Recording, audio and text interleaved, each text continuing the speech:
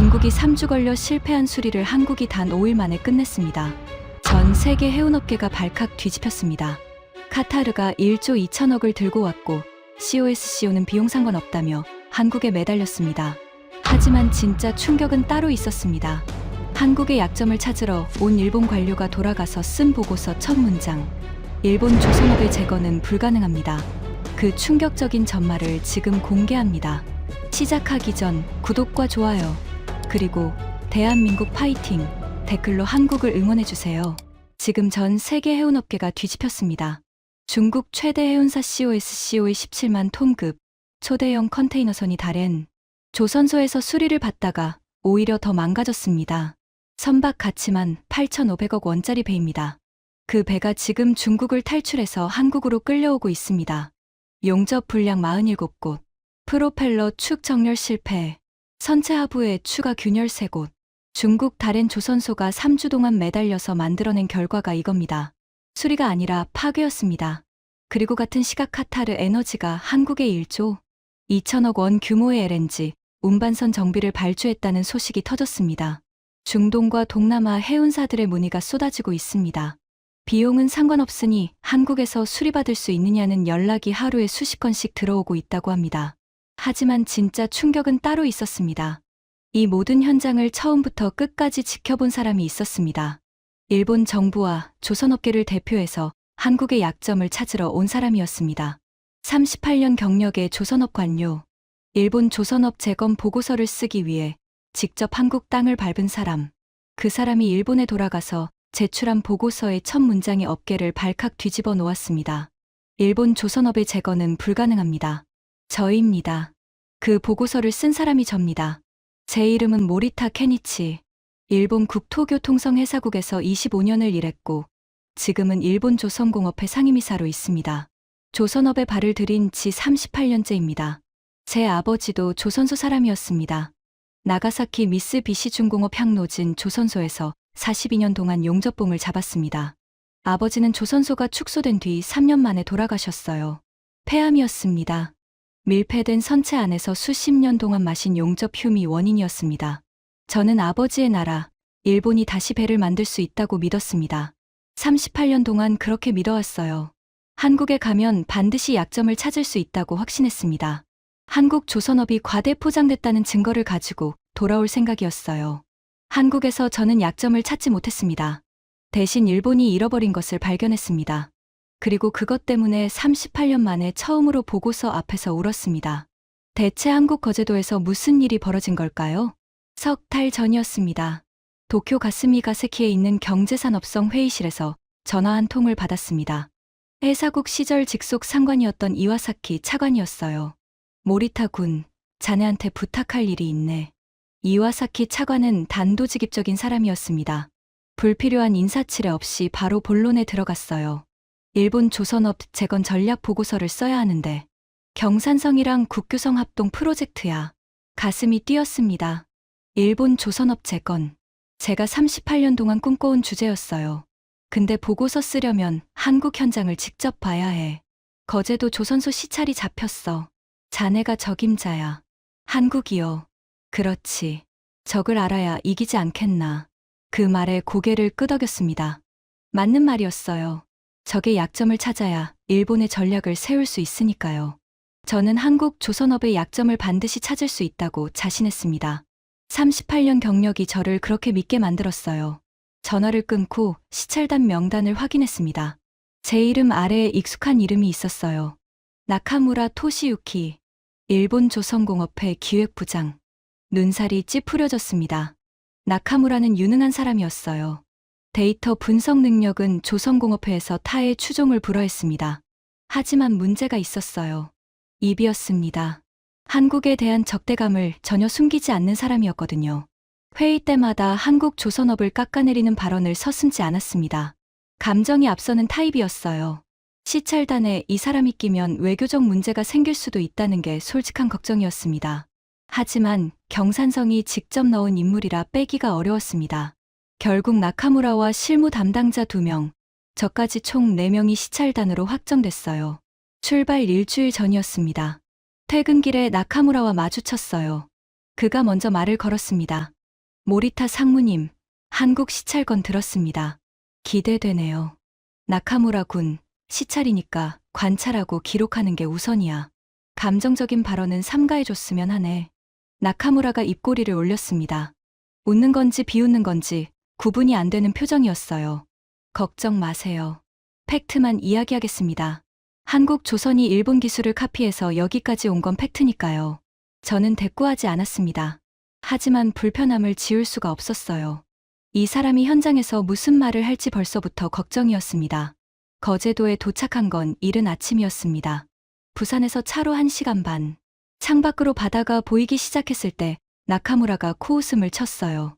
바다가 좀 있다고 조선소가 되는 건 아닌데 말이죠. 저는 창밖을 보면서 대답하지 않았습니다. 하지만 속으로는 비슷한 생각을 하고 있었어요. 일본에도 바다는 많았습니다. 바다가 있다고 조선 강국이 되는 건 아니니까요. 기술이 있어야 합니다.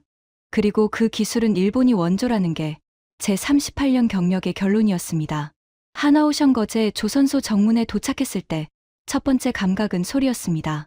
차 문을 여는 순간 귀를 때린 건 쇠가 쇠를 때리는 소리, 크레인이 움직이는 소리, 용접 불꽃이 튀는 소리가 뒤섞인 굉음이었어요. 소금기 섞인 바닷바람에 철 냄새와 기름 냄새가 겹쳐 있었습니다. 그리고 눈에 들어온 것은 규모였습니다. 솔직히 말하겠습니다. 입이 벌어졌어요. 사전 자료로 숫자는 봤습니다. 하지만 숫자와 실물은 차원이 달랐어요. 정문에서 보이는 것만으로도 끝이 보이지 않았습니다. 크레인이 하늘을 찌르고 있었고 드라이 도간에 들어있는 선박들의 선체가 아파트 건물만큼 높았어요. 축구장 30개를 합쳐놓은 면적이라고 했는데 그 숫자가 체감된 건 정문에서 조선소 끝이 보이지 않았기 때문입니다. 나카무라가 옆에서 중얼거렸어요. 크긴 하네요. 근데 크다고 기술이 있는 건 아니잖아요. 중국 조선소도 큽니다. 한국 측 안내를 맡은 사람이 다가왔습니다. 이름표에 하나오션 특수수리사업부 박종호 상무라고 적혀 있었어요. 50대 후반으로 보이는 남자였습니다. 얼굴이 검게 탔고 손이 투박했어요. 양복을 입고 있었는데 양복보다 작업복이 더 어울릴 것 같은 체형이었습니다. 어서 오십시오. 박종호입니다. 악수를 했는데 그 손의 악력이 상당했습니다. 사무실에서 서류만 만지는 손이 아니었어요. 현장에서 쇠를 직접 만져본 손이었습니다. 제 아버지도 이런 손이었습니다. 나가사키 조선소에서 42년 동안 용접봉을 잡았던 아버지의 손. 거칠고 두꺼운 기름이 송금 사이사이에 박힌 손이었어요. 잠깐 아버지 생각에 빠졌다가 정신을 차렸습니다. 감상에 젖으러 온 게 아니었어요. 약점을 찾으러 온 겁니다. 박상무가 조선소 안으로 안내하기 시작했습니다. 전동 카트를 타고 이동하는데 조선소가 끝없이 이어졌어요. 독 하나를 지날 때마다 규모가 달랐습니다. 저기 보이는 게 일도크입니다. 길이 530m, 폭 131m, 50만 톤급까지 수용합니다. 530m. 숫자를 듣는 순간 머릿속에서 계산이 돌아갔습니다. 일본 최대 조선소였던 이마바리 조선의 메인 독이 400m였어요. 그것도 과거형입니다. 지금은 규모를 대폭 줄였으니까요. 하나오션의 일도크 하나가 일본 최대 조선소보다 130m 더 길었습니다. 나카무라가 수첩에 뭔가를 적으면서 말했어요. 독 크기가 기술력은 아닙니다. 이건 그냥 토목 공사잖아요. 박상무가 나카무라를 흘기봤습니다. 표정 변화는 없었어요. 무뚝뚝한 얼굴 그대로였습니다. 아무 말도 하지 않았어요. 하지만 그 침묵이 오히려 무게가 있었습니다. 저는 박상무의 반응이 신경 쓰였어요. 보통 자기 조선소를 폄하하는 발언을 들으면 반박하거나 불쾌한 표정을 짓거나 하잖아요. 이 사람은 둘 다 하지 않았습니다. 마치 개가 짖어도 기차는 달린다는 식이었어요. 자기 실력에 대한 확신이 있는 사람의 태도였습니다. 아니면 상대할 가치가 없다고 판단한 건지도 모르겠어요. 전동카트가 이도크 앞에서 멈췄습니다. 박상무가 한쪽을 가리켰어요. 저기 보이시죠? 독 안에 거대한 배가 한 척 들어와 있었습니다. 하늘색과 주황색이 섞인 COSCO 도장이 칠해진 초대형 컨테이너선이었어요. 길이 366m, 17만 톤급. 한 번에 컨테이너 2만 개를 실을 수 있는 세계 최대급 선박이었습니다. 그런데 그 배의 상태가 말이 아니었어요. 선체 하부가 그대로 노출되어 있었는데 군데군데 용접 자국이 들쭉날쭉했습니다. 마치 상처에 반창고를 아무렇게나 붙여놓은 것 같았어요. 프로펠러 축 주변에는 기름이 흘러내린 자국이 시커멓게 말라붙어 있었고 선체 하부 철판 세 군데에 눈에 보이는 균열이 금이 가 있었습니다. 이게 중국 다롄 조선소에서 3주 동안 수리한 결과입니까? 제 입에서 나도 모르게 질문이 나왔어요. 박상무가 고개를 끄덕였습니다. 네. 어제 예인선 네 척이 끌고 왔습니다. 바로 그때 독 반대편에서 고함 소리가 들렸습니다. 중국어였어요. 목소리가 크고 거칠었습니다. 돌아보니 양복을 입은 중년 남자가 하나오션 직원 2명을 상대로 소리를 지르고 있었어요. 왕지엔고입니다. COSCO 그룹 기술 담당 부총재예요. 박상무가 낮은 목소리로 설명했습니다. 표정에 미세한 변화가 스쳤어요. 불쾌함이었습니다. 찰나였지만 저는 포착했어요. 왕지엔고라는 사람이 우리 쪽으로 성큼성큼 걸어왔습니다. 55세 정도로 보이는 남자였어요. 얼굴이 붉었고 이마에 땀이 맺혀 있었습니다. 양복은 고급스러웠지만 매너는 아니었어요. 우리를 보자마자 중국어 억양이 섞인 영어로 말을 걸었습니다. 뒤에 통역이 있었는데 통역할 틈도 주지 않았어요. 당신들이 일본에서 온 사람들이오? 네. 일본 조선공업회에서 왔습니다. 왕지엔거가 저를 위아래로 훑어봤습니다. 마치 물건을 감정하는 듯한 눈빛이었어요. 불쾌했지만 내색하지 않았습니다. 저 배 말이오. 다롄에서 90% 끝낸 겁니다. 날씨 문제로 마무리만 못했을 뿐이에요. 한국 조선소가 마무리 10%만 하면 되는 거요. 저는 아까 본 선체 상태를 떠올렸습니다. 용접 분량이 눈에 보일 정도였어요. 프로펠러 축 주변의 기름 자국, 철판의 균열. 그게 90% 완성된 상태라고요? 말이 안 됐습니다. 나카무라가 끼어들었어요. 중국 다롄 조선소면 CSSC 산하 아닙니까? 세계 최대 조선 그룹이라고 자부하시던데 자기 배도 못 고치는 겁니까? 나카무라의 말은 비아냥이었지만 중국을 향한 비아냥이었습니다. 왕지엔고의 얼굴이 빨갛게 달아올랐어요. 중국 조선 기술을 무시하는 겁니까? 우리가 세계 건조 물량 1위입니다. 47%가 중국이에요. 물량은 1위겠죠. 기술은 모르겠지만 나카무라가 코웃음을 쳤습니다. 왕지엔고와 나카무라가 서로를 노려보는 장면이 묘하게 불편했어요. 둘 다 한국 조선소 한가운데 서서 서로를 깎아내리고 있는 거잖아요. 일본과 중국이 서로 으르렁대는 사이에 한국은 그냥 배를 고치고 있었습니다. 박상무가 상황을 정리했어요. 목소리에 감정이 없었습니다. 왕 부총재님, 선체 상태 확인 결과를 말씀드리겠습니다. 그래요. 마무리만 하면 되니까 빨리 해주시오. 왕지엔고가 팔짱을 끼고 여유로운 표정을 지었습니다. 저는 그 여유가 연기라는 걸 직감적으로 느꼈어요. 눈이 불안하게 흔들리고 있었거든요. 박상무가 태블릿을 꺼냈습니다.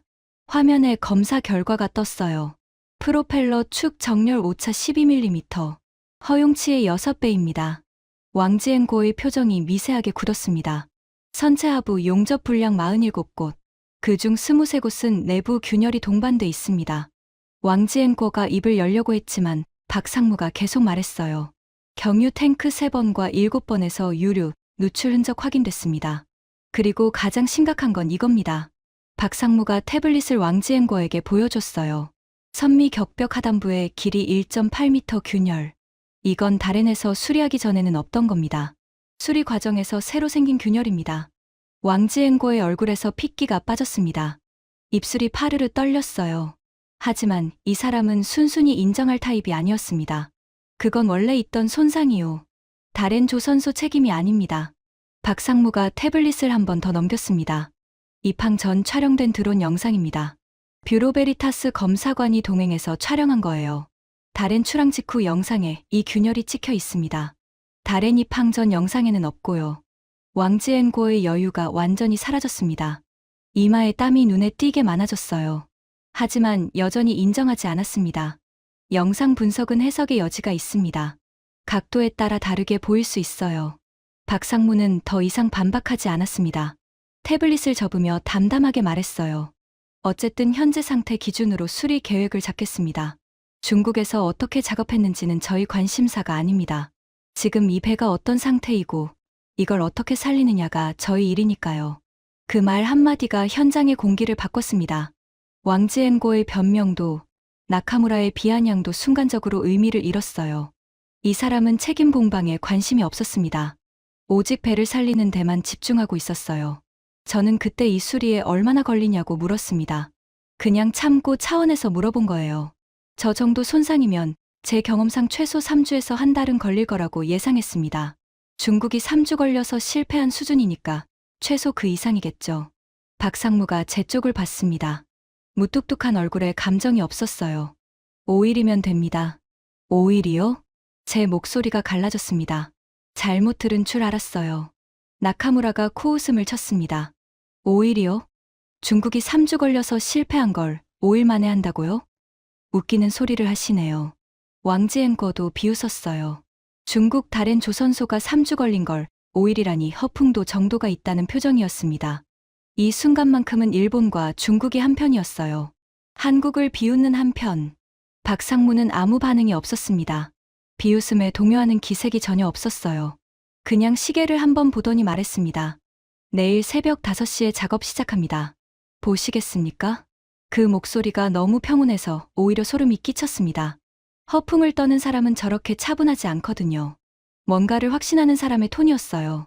38년 경력으로 수많은 조선소 관계자를 만나왔지만 저 정도의 확신을 보여주는 사람은 많지 않았습니다.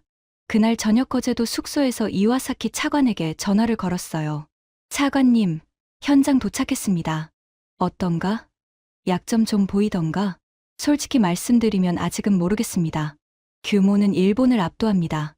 규모야 돈 쏟아부으면 되는 거 아닌가? 기술을 봐야지. 네. 내일부터 수리 작업을 직접 관찰합니다. 전화를 끊고 창밖을 봤습니다.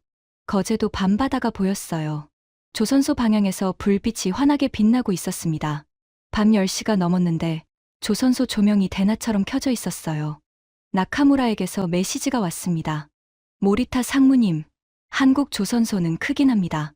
하지만 크다고 기술은 아니죠. 내일부터가 진짜입니다. 약점 반드시 찾아내겠습니다. 저도 같은 생각이었어요.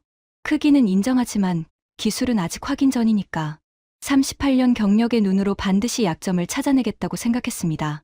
하지만 그날 밤잠이 오지 않았어요. 박상무가 한 말이 자꾸 맴돌았습니다. 5일이면 됩니다. 중국이 3주 걸려 실패한 수리를 5일 만에 한다. 제 38년 경력의 모든 상식이 그건 불가능하다고 말하고 있었어요. 절대로 불가능하다고. 하지만 불가능을 이야기하는 사람은 웃기지 않습니다. 가능하다고 말하는 사람이 웃기는 법이에요. 박상무는 웃기는 사람이어야 했습니다. 그런데 그 사람의 눈에서 한치의 흔들림도 없었어요. 그게 거슬렸습니다. 그리고 악수했을 때 느낀 그 손의 감촉이 자꾸 떠올랐어요. 거칠고 투박하고 쇠와 기름이 배어있는 손. 아버지의 손과 똑같은 손. 내일 새벽 5시. 작업이 시작되면 답이 나올 것입니다. 5일이 허풍인지 실력인지 내 눈으로 직접 확인하겠습니다. 그때까지만 해도 저는 약점을 찾을 수 있다고 확신하고 있었습니다. 38년이 만들어준 그 확신이 얼마나 허약한 것이었는지 다음 날 새벽부터 알게 될 줄은 꿈에도 몰랐어요. 다음 날 새벽 4시 반에 눈이 떠졌습니다. 알람보다 30분 일찍이었어요. 긴장 때문이었습니다. 5일이라는 말이 밤새 머릿속을 맴돌았거든요. 숙소 창문을 열었더니 거제도 새벽 공기가 밀려왔습니다. 짠내와 철 냄새가 섞인 바람이었어요. 조선소 방향을 봤더니 불빛이 여전히 환했습니다. 새벽 4시 반인데 이미 조선소가 깨어 있었어요. 택시를 타고 하나오션 정문에 도착한 게 5시 10분이었습니다. 나카무라가 먼저 와 있었어요. 의외였습니다. 이 사람이 저보다 먼저 나오다니. 잠이 안 오더라고요. 5일이라는 소리가 계속 신경 쓰여서 나카무라의 말에 저도 고개를 끄덕였습니다. 같은 이유였어요. 박종호 상무가 정문에서 우리를 맞았습니다. 작업복 차림이었어요. 어제의 양복은 온데간데 없고 남색 작업복에 안전화를 신고 있었습니다. 이게 이 사람의 진짜 모습이구나 싶었어요. 안전모와 귀마개 드리겠습니다. 오늘은 이거 없으면 안 됩니다. 귀마개까지요? 박상무가 고개를 끄덕였어요. 표정이 진지했습니다. 고압세척부터 시작합니다. 300바입니다. 300바. 숫자를 들었을 때는 감이 오지 않았습니다. 일본에서 표준으로 쓰는 고압세척이 150바에서 200바 사이거든요. 300바는 들어본 적이 없었어요. 300바가 어느 정도입니까? 건물에 있는 옥내 소화전 수압이 2바에서 3바입니다. 그 150배예요. 나카무라가 수첩에 숫자를 적으면서 중얼거렸어요. 압력만 높으면 뭐합니까? 장비 스펙이지 기술은 아니잖아요. 박상무는 역시 대꾸하지 않았습니다. 그냥 우리를 독 쪽으로 안내했어요. 독에 도착하자 작업자들이 이미 준비를 마치고 있었습니다. 새벽 5시 시작이라더니 이 사람들은 4시 반부터 나와 있었어요. 두꺼운 방수복에 안면 보호대까지 완전 무장이었습니다. 머리부터 발끝까지 빈틈이 없었어요. 마치 전투에 나가는 병사 같았습니다. 새벽 5시 정각. 작업자가 노즐을 들고 선체 앞으로 걸어갔습니다. 트리거를 당기는 순간 저는 본능적으로 2발 뒤로 물러났습니다. 폭발음이었습니다. 물줄기가 철판을 때리는 소리가 귀마개를 뚫고 뼛속까지 울렸어요. 물줄기가 닿는 곳마다 철판 위에 도료가 휴지처럼 뜯겨나갔습니다. 중국 다롄 조선소가 엉망으로 해놓은 용접 자국 위에 페인트가 순식간에 벗겨졌어요. 녹이 가루가 되어 날아갔고 바닷물에 달라붙은 조개 껍질이 산산조각 났습니다. 나카무라가 내 옆에서 굳어 있었습니다. 수첩을 들고 있었는데 한 글자도 적지 못하고 있었어요. 눈이 세척 현장에 고정돼 있었습니다. 저 물줄기에 사람이 맞으면 어떻게 됩니까? 제 질문에 박상무가 담담하게 대답했어요. 뼈가 보입니다. 뼈가 보인다. 살이 찢어지는 정도가 아니라 뼈가 드러나는 수준이었습니다. 그 물줄기를 사람이 맨손으로 잡고 있었어요. 300바의 반동을 2팔로 버티면서 366m짜리 선체를 따라 일정한 속도로 이동하면서 곡면을 따라 균일한 압력을 유지하면서 왜 기계를 안 씁니까? 로봇팔 같은 걸로 하면 더 안전하지 않습니까? 직선은 기계가 합니다. 하지만 선체 곡면은 사람이 해야 해요. 배라는 게 직선이 하나도 없거든요. 곡면의 곡률이 부위마다 전부 다릅니다. 그걸 따라가면서 균일한 압력을 유지하려면 사람 손밖에 없어요. 나카무라가 처음으로 아무 말도 하지 않았습니다. 비아냥도 코웃음도 없었어요. 그냥 세척 현장을 바라보고 있었습니다. 오후에는 프로펠러 분리 작업이 시작됐습니다. 중국 다롄 조선소가 잘못 끼운 프로펠러 축을 빼야 했어요. 프로펠러 무게가 8톤이었습니다. 중형승용차 6대 무게입니다. 크레인으로 하는 거죠? 크레인은 보조입니다. 핵심은 사람이에요. 박상무의 대답에 저는 귀를 의심했어요. 8톤을 사람 손으로 떼어낸다고요? 작업 반장이 나섰습니다. 최영감이라는 이름이었어요. 63세. 이 조선소에서 만난 사람 중 가장 나이가 많았습니다. 얼굴 전체가 주름이었고 손이 아버지 손보다도 더 두꺼웠어요. 손등에 화상 자국이 여러 개 있었습니다. 40년 넘게 용접과 해체 작업을 해온 흔적이었습니다. 문제는 중국에서 축을 잘못 끼웠다는 거였어요. 정렬이 12mm나 어긋나 있었습니다. 억지로 끼운 거예요. 그래서 축과 프로펠러가 비정상적으로 결합돼 있었습니다. 일반적인 방법으로는 빠지지 않는 상태였어요. 최 반장이 유압 프레스를 축 끝에 걸치더니 작업자들에게 신호를 보냈습니다. 유압이 걸리면서 금속이 비명을 지르는 소리가 났어요. 이빨이 시린 금속음이었습니다. 안 빠졌습니다. 최 반장은 말없이 유압을 풀고 각도를 바꿨어요. 토치로 접합부를 달궜습니다. 파란 불꽃이 금속을 붉게 물들였어요. 충분히 달군 뒤 유압을 걸면서 동시에 작업자 3명이 대형 해머로 축을 때렸습니다. 쾅, 쾅, 쾅. 진동이 발바닥을 타고 올라왔어요. 또 안 빠졌습니다. 3번째 시도, 4번째 시도. 최 반장의 이마에 땀줄기가 흘러내렸지만 표정은 변하지 않았어요. 5번째 시도에서 토치 가열 시간을 2배로 늘렸습니다. 금속이 벌겋게 달아올랐어요. 그 상태에서 유압을 최대로 걸고 해머를 내리치는 순간 퍽! 묵직한 소리와 함께 프로펠러가 축에서 2cm 밀려났습니다. 겨우 2cm. 하지만 중국이 잘못 끼운 결합을 깬 겁니다. 거기서부터 반복이었어요. 유압 걸고 해머치고 조금씩 밀어내고 5시간. 8톤짜리 프로펠러를 축에서 완전히 분리하는데 꼬박 5시간이 걸렸습니다. 크레인이 분리된 프로펠러를 들어올리는 순간 최 반장이 프로펠러 앞으로 다가갔습니다. 투박한 손으로 프로펠러 날개를 쓸었어요. 천천히, 조심스럽게. 마치 아픈 아이 이마를 짚어보듯이요. 고생했어. 최 반장이 나직하게 말했습니다. 프로펠러한테요. 중국에서 제대로 된 대접을 못 받고 억지로 끼워진 채 끌려온 쇠덩이한테 고생했다고 한 겁니다. 저는 그 순간 카메라가 있었다면 찍었을 겁니다. 하지만 찍지 못해도 괜찮았어요. 그 장면은 이미 38년 경력의 기억 속에 새겨졌으니까요. 나카무라가 제 옆에서 조용히 서 있었습니다. 수첩은 접혀 있었어요. 이틀째 아침, 비파괴 검사가 예정돼 있었습니다. 박상무가 우리를 검사동으로 안내했어요. 건물에 들어서자마자 분위기가 달라졌습니다. 조선소 현장의 소음과 열기가 사라지고 병원처럼 조용한 공간이 나타났어요. 복도 끝에 무거운 철문이 있었고 그 위에 방사선 주의 표지판이 붙어 있었습니다. 여기서 3중 검사를 합니다. 3중 검사요? X선 투과 검사, 자분 탐상 검사, 초음파 탐상 검사. 세 가지를 전부 돌립니다. 나카무라가 끼어들었어요. 셋 다 하는 건 과잉 아닙니까? 일본에서는 보통 한 가지면 충분한데. 박상무가 처음으로 나카무라를 정면으로 봤습니다. 한 가지로 충분하다고 생각하시는 건 자유입니다. 하지만 이 배는 바다에 나갑니다. 바다에서 균열이 터지면 사람이 죽어요. 저희는 사람 목숨에 한 가지로 충분하다는 말을 못합니다. 나카무라의 입이 닫혔습니다. 할 말을 잃은 게 아니라 할 말이 없는 거였어요. 검사실 안에 한 사람이 서 있었습니다. 이동수, 35세, 비파괴 검사 담당 수석 기술자였어요. 젊었지만 눈빛이 매서웠습니다. 다른 작업자들이 투박한 힘의 눈이었다면 이 사람의 눈은 외과의사 같았어요. 그리고 검사실에 또 한 사람이 있었습니다.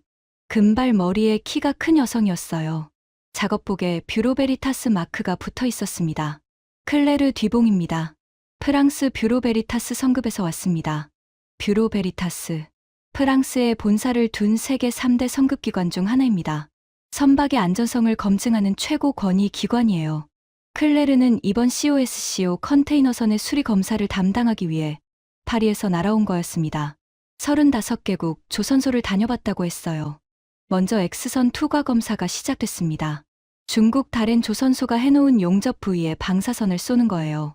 X선이 용접 내부를 투과하면서 기공이나 균열, 슬래그 혼입 같은 결함을 잡아냅니다. 결과는 필름에 나타났어요. 이동수가 필름을 라이트 박스에 걸었습니다. 다른 조선소 용접 47곳 중 합격이 9곳입니다. 38곳이 불합격이에요. 왕지 앵커가 검사실 밖에서 이 결과를 듣고 있었어요. 얼굴이 하얗게 질려 있었습니다.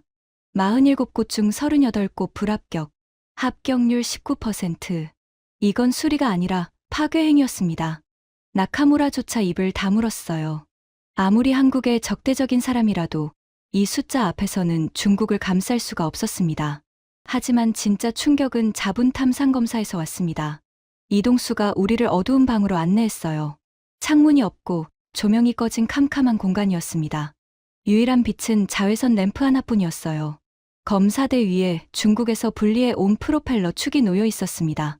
겉으로 보면 그냥 매끈한 금속 막대였어요. 어디에도 흠집이 보이지 않았습니다. 이동수가 분무기에서 형광 쇠가루를 축 표면에 뿌렸습니다. 회색 분말이 금속 위에 내려앉았어요. 그 위에 전자석을 대서 자기장을 걸었습니다. 그리고 자외선 램프의 스위치를 올렸어요. 저는 숨을 멈췄습니다. 어둠 속에서 프로펠러 축이 형광 초록빛으로 빛나기 시작했어요. 은은하고 신비로운 빛이었습니다. 하지만 아름답기만 한 게 아니었어요.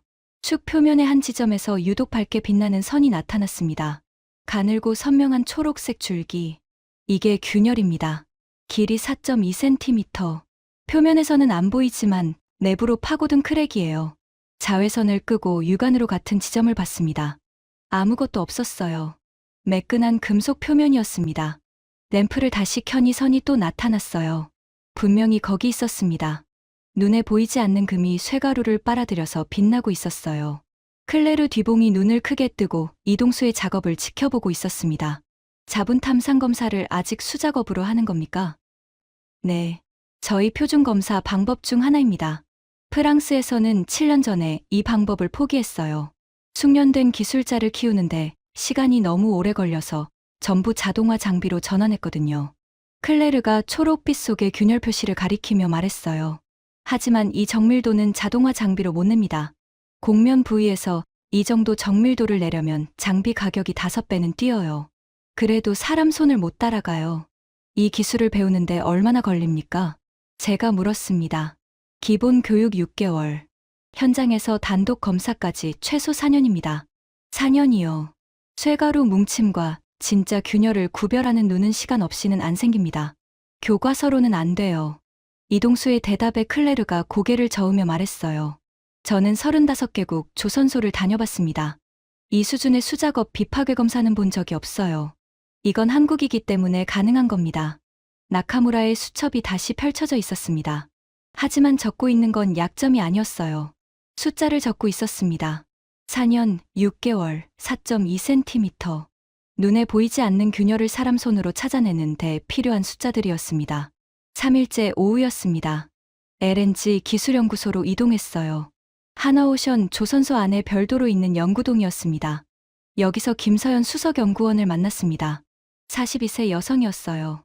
기계공학 박사의 LNG 멤브레인 수리 분야에서 세계적인 전문가라고 소개받았습니다. 작업복 위에 흰 가운을 걸치고 있었는데 주머니에서 자가 삐져나와 있었어요. 현장과 연구실을 오가는 사람의 차림이었습니다. 하나오션은 LNG, 운반선 수리도 합니까? 네.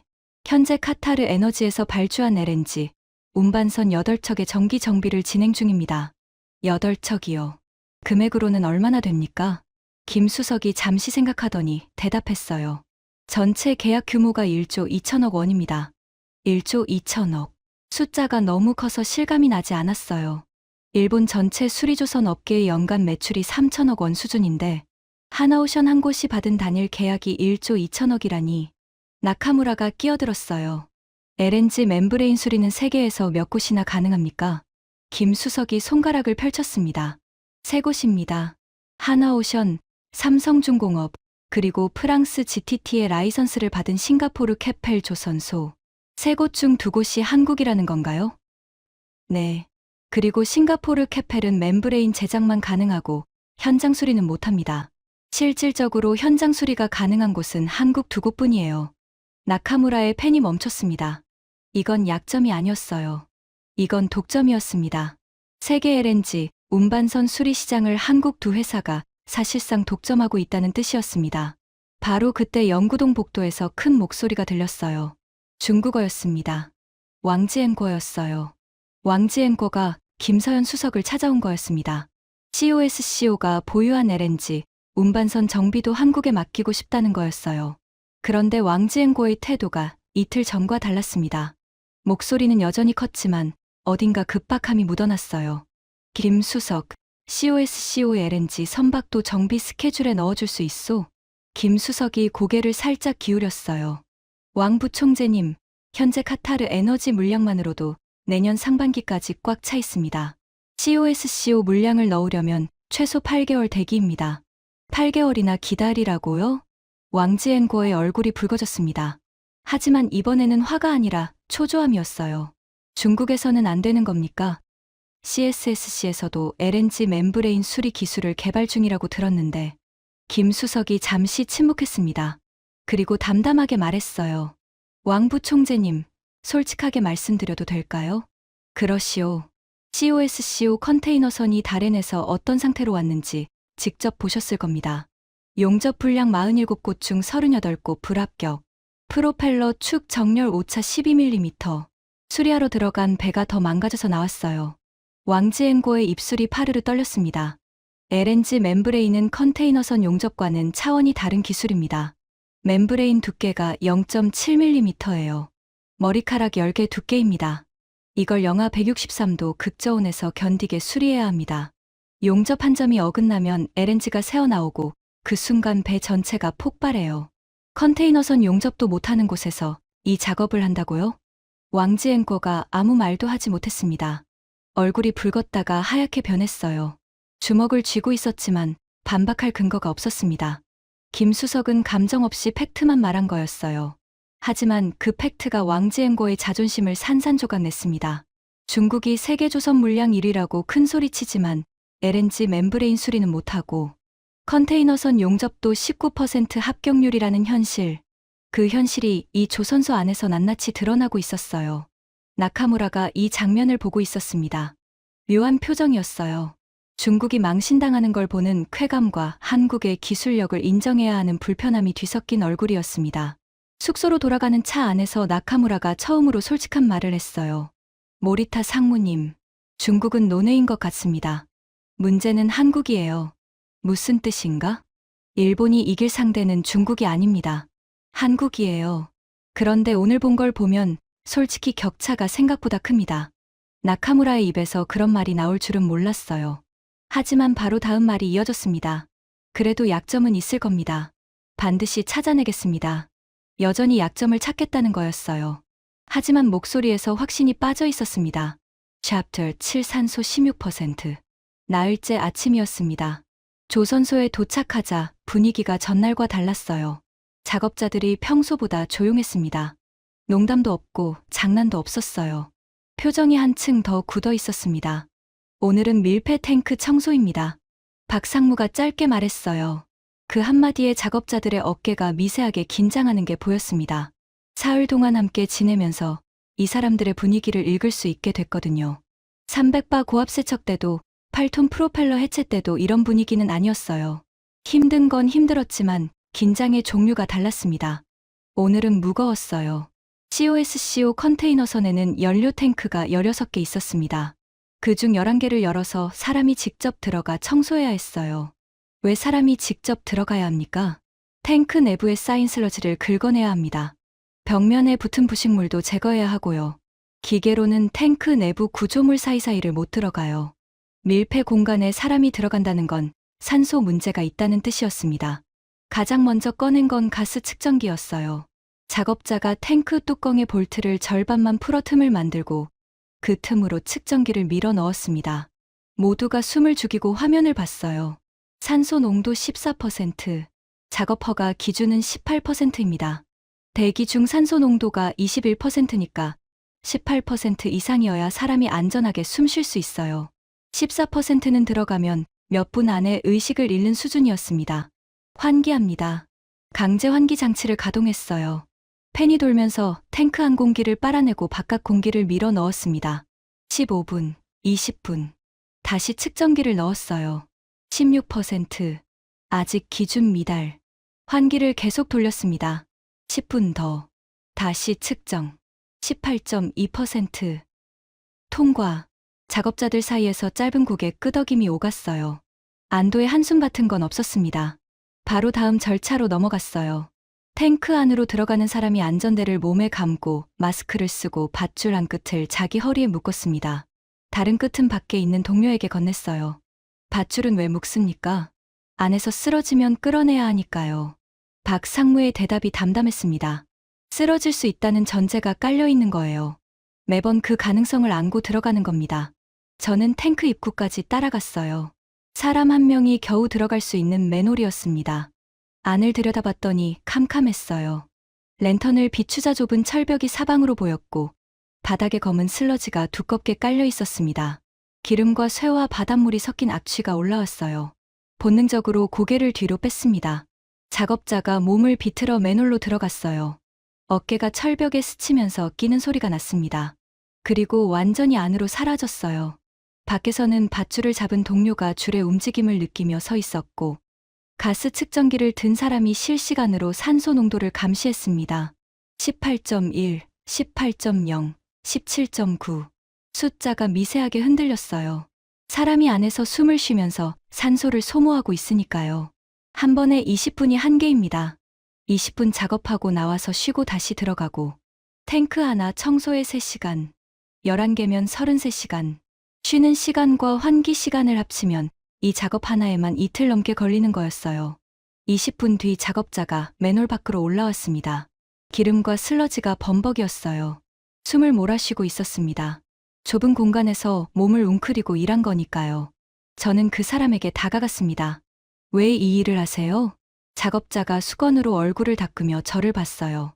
40대 중반쯤 돼 보였습니다. 딸이 내년에 대학이거든요. 간호학과 가고 싶다고 해서. 그 한마디에 가슴 한가운데가 뜨거워졌습니다. 이 사람은 영웅이 아니었어요. 딸의 대학 등록금을 벌기 위해 산소 18%짜리 캄캄한 쇠통 안으로 기어 들어가는 아버지였습니다. 그때 제 아버지가 떠올랐어요. 아버지도 이런 일을 했습니다. 나가사키 미쓰비시 중공업 향로진 조선소. 선체 내부 밀폐 공간에서 42년 동안 용접을 했어요. 매일 쇠먼지와 용접 흉을 마시면서 마스크가 제대로 보급되지 않던 시절이었습니다. 아버지의 손은 늘 거칠었어요.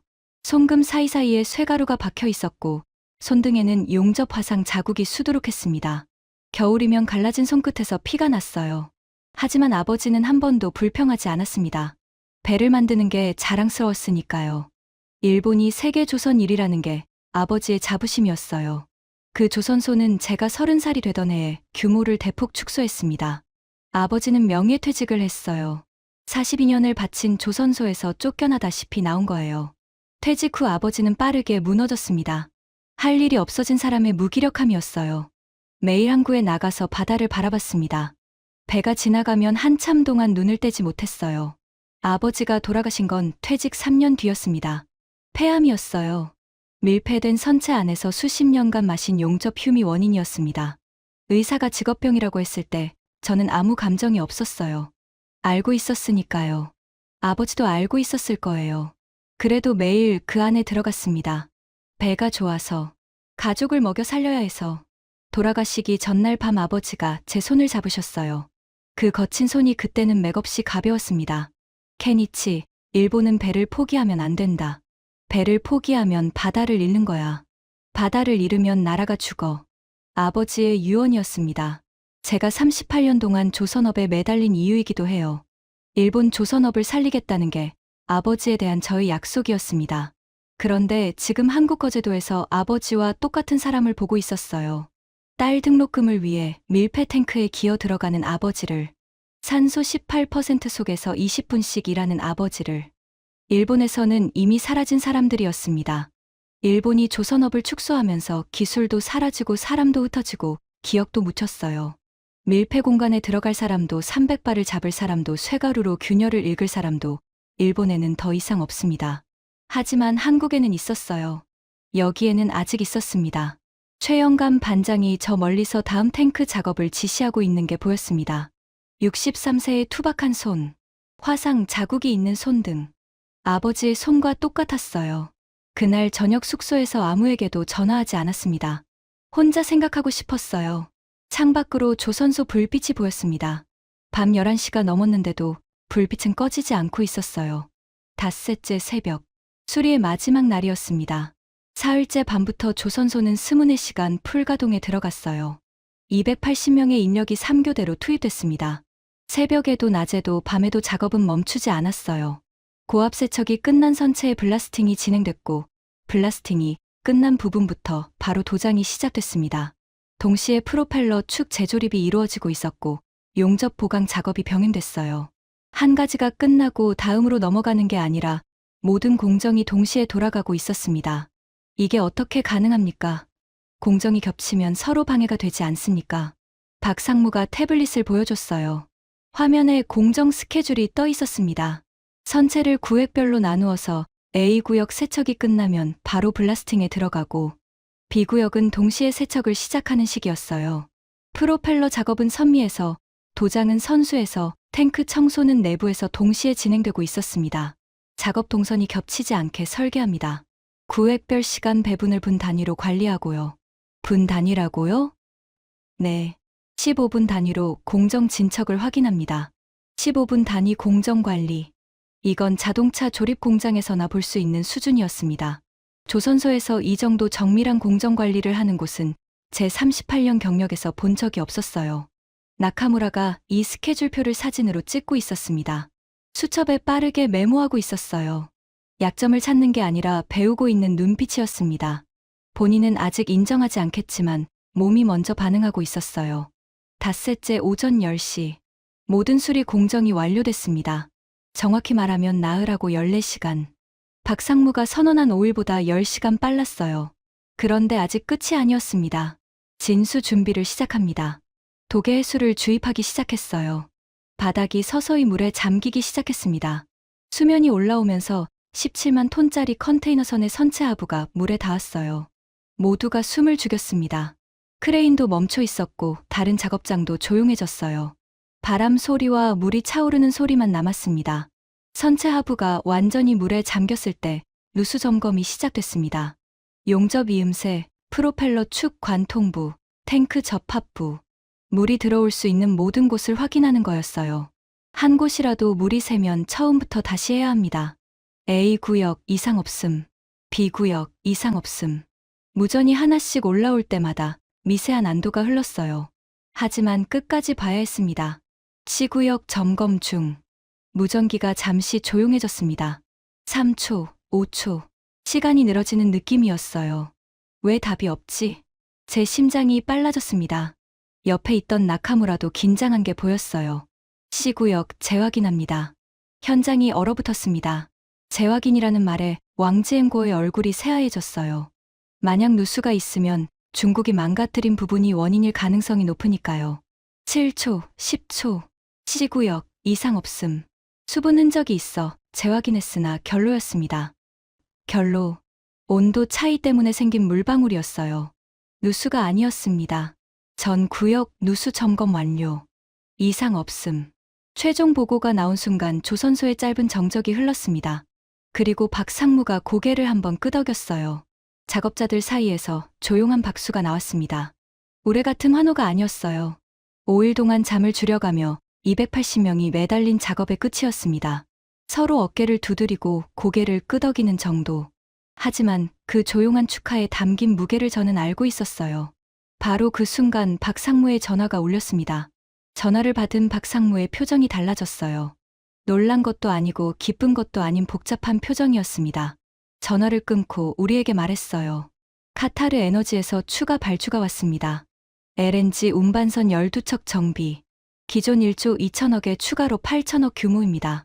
2조 원이요? 합산하면 그렇습니다. 그리고 한마디를 더했어요. UAE 해운사, 싱가포르 해운사, 사우디 해운사에서도 문의가 들어오고 있습니다. 올해만 수리 발주 문의가 3조 원을 넘었습니다. 3조 원. 일본 전체 수리조선 연간 매출의 10배였습니다. 클레르 뒤봉이 우리 옆에서 이 소식을 듣고 있었어요. 그리고 나직하게 말했습니다. 저는 35개국 조선소를 다녀봤어요. 왜 전 세계가 한국에 돈보따리를 들고 오는지 이제 알겠습니다. 이건 가격이 아니에요. 기술이에요. 한국만 할 수 있는 일이 있는 겁니다. 그때 제 옆에 서 있던 노르웨이 선주협회 기술위원 에릭 한센이 말했습니다. 한센은 사흘째부터 와서 LNG 정비 현장을 관찰하고 있었어요. 저도 한마디 하겠습니다. 저는 25년간 노르웨이 해운업계에서 일했어요. 한국이 조선 1위라는 건 알고 있었습니다. 수주량이니 건조량이니 숫자는 알고 있었어요. 하지만 왜 1위인지는 몰랐습니다. 이번에 알았어요. 숫자가 아니더군요. 사람이더군요. 한센의 눈이 도관에서 장비를 정리하고 있는 작업자들을 향해 있었습니다. 저 사람들이에요. 300발을 잡는 사람, 8톤을 떼어내는 사람, 산소 18% 탱크에 들어가는 사람, 0.7mm 멤브레인을 수리하는 사람. 기계가 아니라 사람이 하는 겁니다. 그 사람들이 있으니까 1위인 거예요. 나카무라가 제 옆에서 수첩을 덮었습니다. 수첩을 주머니에 넣고 도관을 바라봤어요.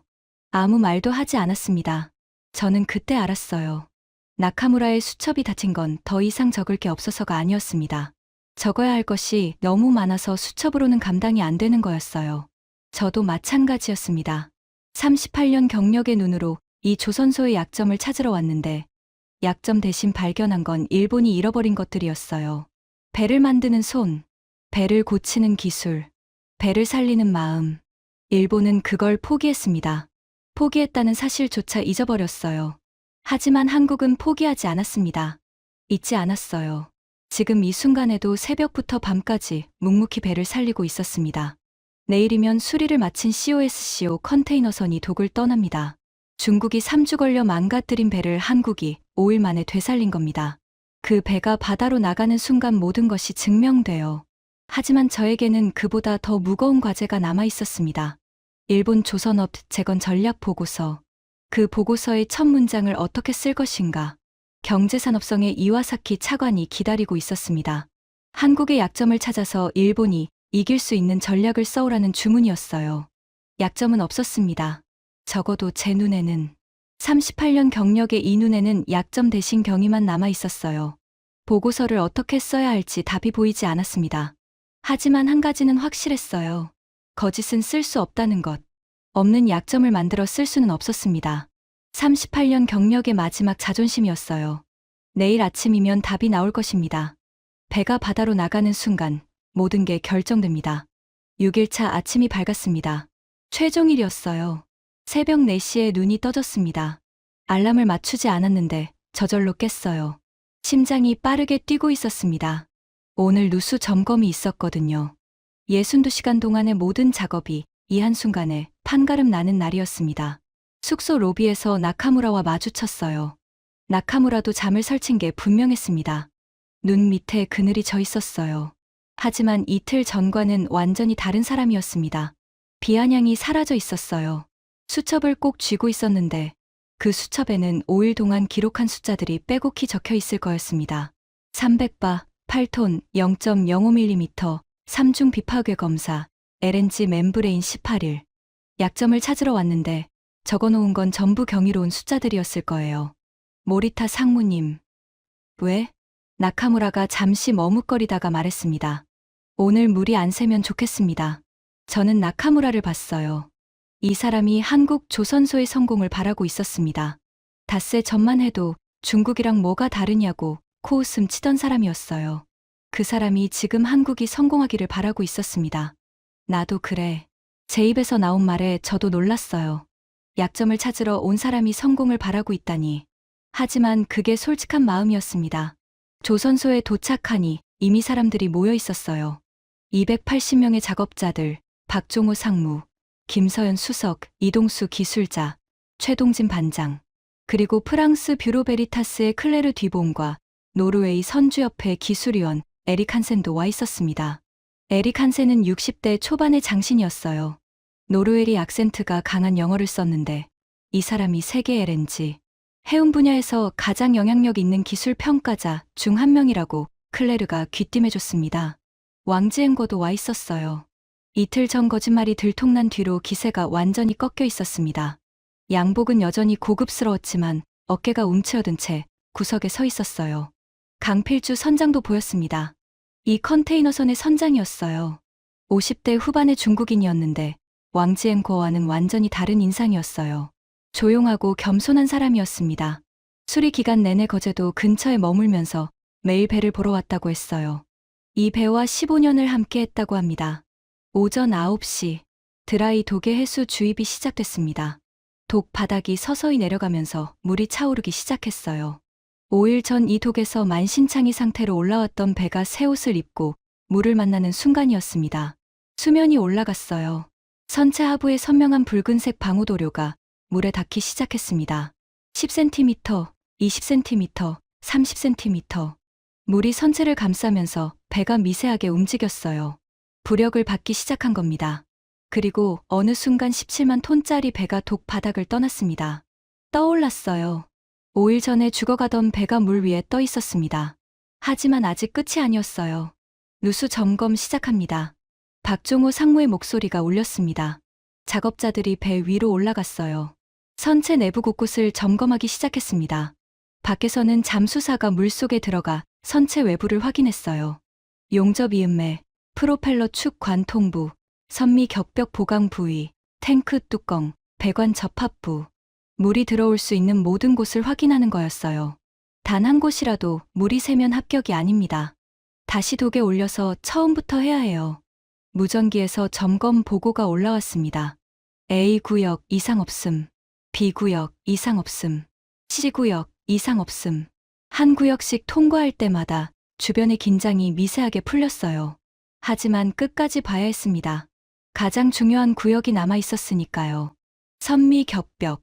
중국이 만들어 놓은 1.8m 균열을 보강 용접한 바로 그 부분이었습니다. 무전기가 잠시 조용해졌어요. 3초, 5초, 7초. 시간이 늘어지는 느낌이었습니다. 나카무라가 제 쪽을 힐끗 봤어요. 왕지앵거는 입술을 깨물고 있었습니다. 강필주 선장은 두 손을 꼭 쥐고 배를 올려다보고 있었어요. 선미 격벽 구간, 재확인 중입니다. 재확인. 그 단어에 현장이 얼어붙었습니다. 뭔가 발견된 건가? 물이 새는 건가? 박상무가 무전기를 꽉 쥔 채 기다렸어요. 표정에 변화가 없었지만 턱에 힘이 들어간 게 보였습니다. 10초, 15초, 20초. 선미 격벽 구간. 이상 없음. 수분 반응이 있어서 재확인했는데 결로였습니다. 결로. 온도 차이 때문에 생긴 물방울이었어요. 누수가 아니라 이슬이었습니다. 전 구역 누수 점검 완료. 이상 없음. 그 보고가 나온 순간 1초의 정적이 흘렀어요. 그리고 최동진 반장이 고개를 한번 끄덕였습니다. 작업자들 사이에서 박수가 나왔어요. 함성이 아니었습니다. 5일 동안 새벽부터 밤까지 일한 사람들의 조용한 박수였어요. 서로의 등을 두드리고 고개를 끄덕이는 정도. 하지만 그 조용함 속에 담긴 무게를 저는 알고 있었습니다. 클레르 뒤봉이 검사 결과를 정리하며 말했어요. 뷰로 베리타스 기준 완전 합격입니다. 전 구역, 누수 제로. 비파괴 검사 전 항목 통과. 제가 40개국에서 수백 건의 수리 검사를 했는데 이 규모 수리를 이 기간에 이 품질로 끝낸 건 처음 봅니다. 에릭 한센이 옆에서 고개를 끄덕이며 말했습니다. 노르웨이 선주협회에 보고서를 쓰겠습니다. 한국 수리조선 기술은 세계 최고 수준으로 판단됩니다. 왕지앵거가 다가왔어요. 이틀 전에 오만함은 흔적도 없었습니다. 고개를 살짝 숙이며 박 상무에게 말했어요. 박 상무님, 감사합니다. 그리고 잠시 망설이더니 덧붙였습니다. COSCO 본사와 협의하겠습니다. 앞으로 전기 수리를 한국에 맡기는 방향으로요. 비용은 중요하지 않습니다. 중국이 3주 걸려 실패한 것을 한국이 5일 만에 해냈습니다. 그리고 세계 최대 해운사가 비용은 중요하지 않다고 말하며 한국에 수리를 맡기겠다고 했어요. 이보다 더 큰 인정이 있을까요? 나카무라가 제 옆에 서 있었습니다. 수첩을 닫은 채 물 위에 떠 있는 배를 바라보고 있었어요. 눈이 빨갛게 충혈돼 있었습니다. 나카무라 군. 네. 보고서에 뭐라고 쓸 건가? 나카무라가 한참 동안 대답하지 않았어요. 입술을 꾹 다물고 있었습니다. 그러다가 목소리가 갈라진 채 말했어요. 모리타 상무님, 저는 5일 전에 이 조선소에 들어오면서 한국의 약점을 10가지 이상 찾아내겠다고 다짐했습니다. 알아. 지금 수첩에 적힌 건 약점이 하나도 없습니다. 전부 제가 몰랐던 기술이고 제가 상상하지 못한 수준이에요. 나카무라가 저를 봤어요. 이 사람의 눈에서 처음으로 솔직한 감정을 봤습니다. 분노도 비아냥도 아닌 패배를 인정하는 사람의 눈이었어요. 중국이랑 같은 수준이라고 했던 거 취소합니다. 부끄럽습니다. 나카무라의 입에서 부끄럽다는 말이 나오다니. 5일 전에는 상상도 못할 일이었어요. 가장 적대적이었던 사람이 가장 솔직하게 인정한 순간이었습니다. 강필주 선장이 배 난간에 서서 아래를 내려다보고 있었어요. 눈이 젖어 있었습니다. 저는 선장에게 다가갔어요. 선장님, 배가 살았습니다. 선장이 고개를 돌려 저를 봤어요. 그리고 나직하게 말했습니다. 15년을 이 배와 함께 탔어요. 다렌에서 상태가 더 나빠지는 걸 보면서 이 배가 끝이구나 생각했습니다. 그런데 한국 사람들이 살려놨어요. 선장이 눈물을 닦으며 웃었어요. 바다에 나가면 이 배가 얼마나 좋아할까. 엔진 소리 듣고 싶어요. 건강한 엔진 소리. 중국 선장이 한국 조선소에 감사하고 있었습니다. 국적도, 정치도, 자존심도 상관없었어요. 배를 사랑하는 사람이 배를 살려준 사람에게 감사하는 것뿐이었습니다. 다음 날 아침 수리를 마친 컨테이너선이 거제도를 떠나는 날이었습니다. 부두에 나가니 17만 톤짜리 배가 출항 준비를 끝내고 있었어요. 엔진이 돌아가는 소리가 들렸습니다. 5일 전에는 들을 수 없던 소리였어요. 12기통 디젤 엔진이 고르게 돌아가는 소리. 6만 8천 마력이 깨어나는 소리. 건강한 심장 소리였습니다. 배고동이 한번 울렸어요. 깊고 묵직한 소리가 거제 앞바다에 퍼졌습니다. 배가 천천히 부두를 떠났어요. 프로펠러가 돌기 시작하면서 뱃머리에 하얀 물결이 일었습니다.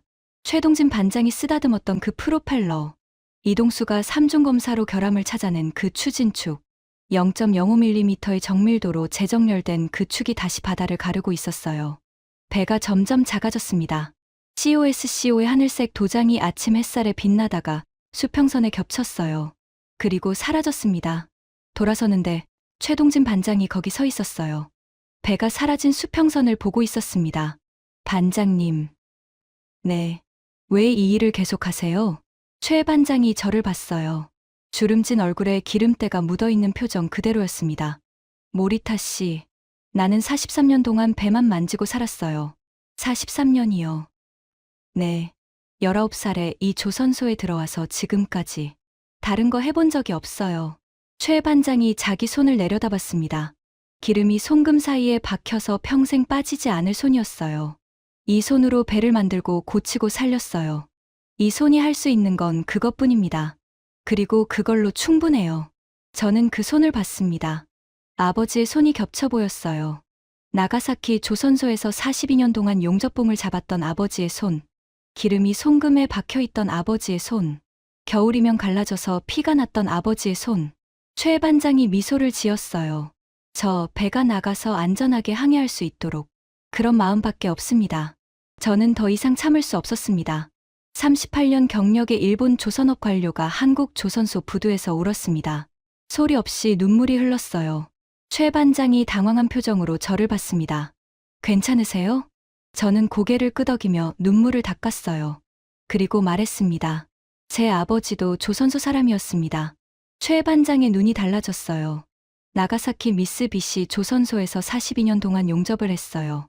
아버지의 손도 반장님 손과 똑같았습니다. 기름이 손금에 박혀서 빠지지 않는 손이었어요. 최 반장이 아무 말 없이 제 손을 잡았습니다. 투박하고 거칠고 기름이 밴 손이 제 손을 감쌌어요. 따뜻했습니다.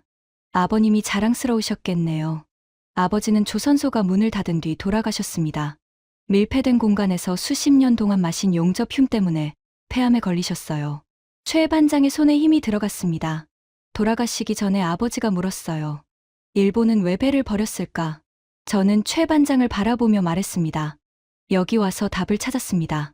일본이 배를 버린 게 아니라 배를 만드는 마음을 버린 겁니다.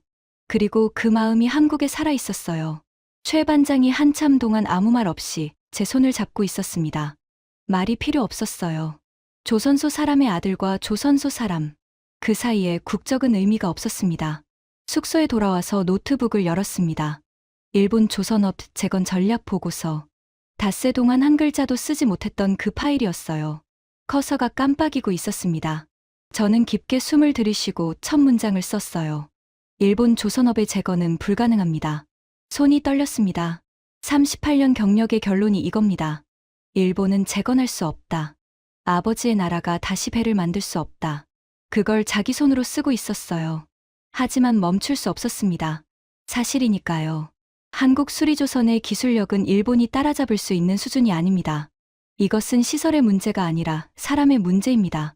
300바의 반동을 맨손으로 잡는 사람, 0.05mm의 정밀도를 손끝으로 구현하는 사람, 어둠 속에서 형광으로 보이지 않는 균열을 찾아내는 사람, 산소 농도 18%의 밀폐 공간에 들어가는 사람, 1.2mm 멤브레인을 수만 번의 경험으로 수리하는 사람.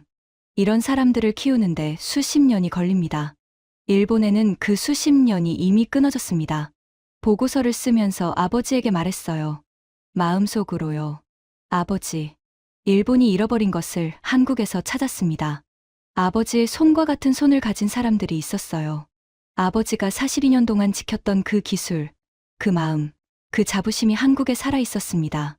일본은 버렸지만 한국은 버리지 않았어요. 아버지가 살아계셨다면 이 조선소를 보고 뭐라고 하셨을까요? 아마 최동진 반장과 악수를 하셨을 겁니다. 기름이 박힌 손과 기름이 박힌 손이 마주잡는 인사. 말이 필요 없는 인사를 하셨을 거예요. 보고서를 경제산업성에 제출한 뒤 반응은 충격이었습니다. 재건이 불가능하다는 결론을 기대한 사람은 아무도 없었으니까요. 이와사키 차관에게서 전화가 왔어요. 모리타 군, 이 보고서는 받아들이기 어렵네. 차관님, 사실입니다. 제가 두 눈으로 직접 확인했어요. 긴 침묵 뒤에 이와사키 차관이 말했습니다. 그래, 자네가 38년 동안 거짓말을 한 적은 없지. 이 보고서를 근거로 전략을 재수입하겠네. 보고서가 업계에 퍼지면서 일본 조선업계가 발칵 뒤집혔어요. 하지만 저는 이미 마음이 정해져 있었습니다. 사실을 사실대로 쓴 것뿐이니까요. 나카무라에게서 며칠 뒤 메시지가 왔습니다. 모리타 상무님, 한국에서 돌아온 뒤 며칠간 잠을 못 잤습니다. 제가 그동안 얼마나 오만했는지 깨달았습니다. 한 가지 부탁이 있습니다. 다음에 한국 시찰이 있으면 저도 데려가 주십시오. 이번에는 배우러 가겠습니다. 비아냥의 나카무라가 배우겠다고 했어요. 사람이 변할 수 있다는 걸 보여준 겁니다. 여러분, 지금까지 일본 조선업 38년 경력 관료가 한국 거제도에서 목격한 5일간의 기록을 함께 하셨습니다. 어떠셨습니까? 중국이 3주 걸려 실패한 수리를 한국은 62시간 만에 끝냈습니다. 300바, 일반 소화전 수압의 150배를 맨손으로 잡는 사람들. 8톤짜리 프로펠러를 5시간에 걸쳐 분리하는 사람들. 머리카락보다 가는 0.05mm의 오차 안에 축을 맞추는 사람들. 어둠 속에서 형광으로 보이지 않는 균열을 찾아내는 사람들. 산소 농도 18% 밀폐 탱크에 기어 들어가는 사람들. 1.2mm 멤브레인을 18일 만에 완성하는 세계 유일의 기술. 프랑스 뷰로 베리타스 검사관은 40개국 조선소를 다녀보고 이렇게 말했습니다. 이 수준은 한국에서만 봤습니다. 노르웨이 선주협회 기술위원은 이렇게 평가했습니다. 한국 수리조선 기술은 세계 최고 수준입니다. 세계 최대 해운사 COSCO의 부총재는 고개를 숙이며 말했습니다. 비용은 중요하지 않습니다. 한국에 맡기겠습니다. 그리고 38년간 한국의 약점을 찾겠다던 일본 관료는 보고서에 이렇게 썼습니다. 일본 조선업의 제거는 불가능합니다. 한국에는 사람이 있었습니다. 일본은 버렸습니다. 중국은 흉내만 냈습니다. 영국도 독일도 오래전에 포기했습니다. 배를 만드는 기술을, 배를 고치는 기술을, 배를 살리는 기술을. 하지만 대한민국은 버리지 않았습니다. 매일 새벽부터 밤까지 세상이 관심 갖지 않는 곳에서 이름 없는 장인들이 오늘도 배를 살리고 있습니다. 딸의 등록금을 위해 캄캄한 탱크에 들어가는 아버지가 있고 43년 동안 쇠만 만져온 반장이 있고 어둠 속에서 빛을 읽는 젊은 기술자가 있습니다. 지금 이 순간에도 거제도와 부산의 조선소 불빛은 꺼지지 않고 있습니다. 지금까지 일본 조선업 38년 경력 관료가 한국 거제도에서 목격한 5일간의 기록이었습니다. 대한민국 조선업의 진짜 실력이 더 많은 분들께 닿을 수 있도록 이 영상을 널리 공유해주세요. 버리지 않는 마음이 세계 1위를 만들었습니다. 구독과 좋아요도 부탁드립니다. 지금까지 감동 피치였습니다. 감사합니다.